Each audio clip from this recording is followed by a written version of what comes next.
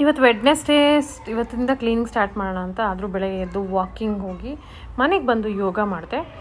So walking ಮುಗಿಸಿ ಬಂದರೆ ಒಂದು ಸಮಾಧಾನ ಆಗುತ್ತೆ. ಸೊ ಏನು ಮಾಡೋಕ್ಕಾಗಲ್ಲ, ನಮ್ಮದು ಹೌಸ್ ವೈಫ್ ಲೈಫ್ ಇಷ್ಟೇ. ಇದು ಬಂದು ಬೂಸುಂಡೆಕಾಯಿ ಅಂತ ಹೇಳ್ತಾರೆ ನೋಡಿ, ತುಂಬಾ ಒಳ್ಳೆಯದು ಆರೋಗ್ಯಕ್ಕೆ, ಹಳೇ ಕಾಲದ ಅಡುಗೆ. ಸೊ ತೊಗೊಂಡು ಬಂದಿದ್ದೆ. ಸೊ ಅದಾದಮೇಲೆ ಬೆಳಗ್ಗೆ ಎದ್ದು ಸ್ಮೂದಿ ತೊಗೊಂಡೆ ಲೈಟ್ ವೆಯ್ಟಾಗಿ. ಸೊ ಏನು ಅಷ್ಟು ಕರೆಕ್ಟಾಗಿ ನಂಗೆ ಡಯಟ್ ಮಾಡೋಕ್ಕಾಗ್ತಿಲ್ಲ ಹೇಳಬೇಕಂದ್ರೆ, ಬಟ್ ಎಷ್ಟಾಗುತ್ತೋ ಅಷ್ಟು ಮೇಂಟೈನ್ ಮಾಡ್ತಾಯಿದ್ದೀನಿ.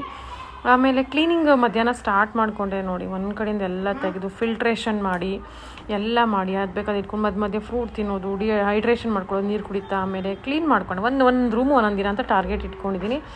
ಸೊ ಹಾಗಾಗಿ ಇದು ನನ್ನ ಡ್ರೆಸ್ಸಿಂಗ್ ಟೇಬಲ್ ಹೇಗಿದೆ ಅಂತ ಹೇಳಿ. ಅದಾದಮೇಲೆ ಮಧ್ಯಾಹ್ನಕ್ಕೆ ಚೋಲೆ ಮತ್ತು ಪೂರಿ ಮಾಡಿದ್ದೆ ಮಕ್ಕಳಿಗೆ. ಬಟ್ ನಾನು ಒಂದು ಪೂರಿ ತೊಗೊಂಡು, ಜೋಳದ ರೊಟ್ಟಿ ತೊಗೊಂಡು, ತರಕಾರಿ, ಸಾಲಡು, ದಾಲು ಆ್ಯಸ್ ಯೂಶ್ವಲ್. ಅದಾದಮೇಲೆ ಊಟ ಮಾಡಿ ಮತ್ತೆ ಕಂಟಿನ್ಯೂ ಆ್ಯಸ್ ಯೂಶ್ವಲ್ ಕ್ಲೀನಿಂಗ್. ಎಲ್ಲ ಬಾಕ್ಸಸ್ಸು ಅದು ನೋಡಿ, ಅದು ಗಿಫ್ಟ್ ಟ್ಯಾಂಪರ್ ಕೊಟ್ಟಿದ್ರು ಲಂಡನಲ್ಲಿ. ಸೊ ಅದು ಬಾಕ್ಸು ಬುಟ್ಟಿ ಅದು ತುಂಬ ಚೆನ್ನಾಗಿ ಮೇಂಟೈನ್ ಮಾಡಿದ್ದು. ಆದಮೇಲೆ ಕ್ಲೀನ್ ಆಯಿತು ಈ ರೂಮ್, ಹೀಗೆ ಮೇಂಟೈನ್ ಆಯಿತು.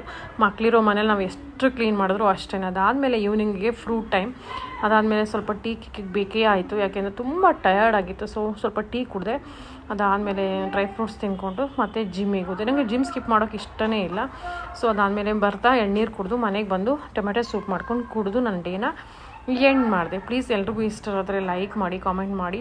ಹಾಗೆ ಇದು ನೋಡಿ, ನಾನು ಫ್ರೂಟ್ ಬೌಲ್